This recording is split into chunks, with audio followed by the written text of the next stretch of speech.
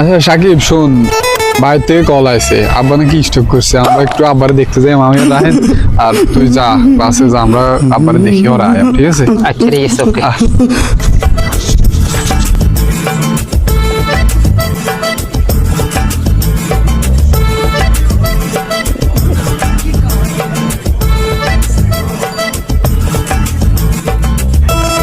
কাকা নিও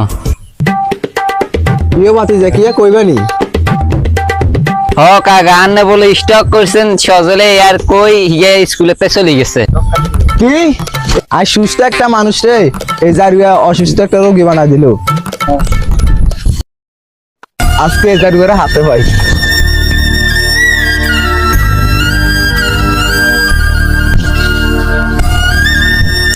এই খাবি নাকি?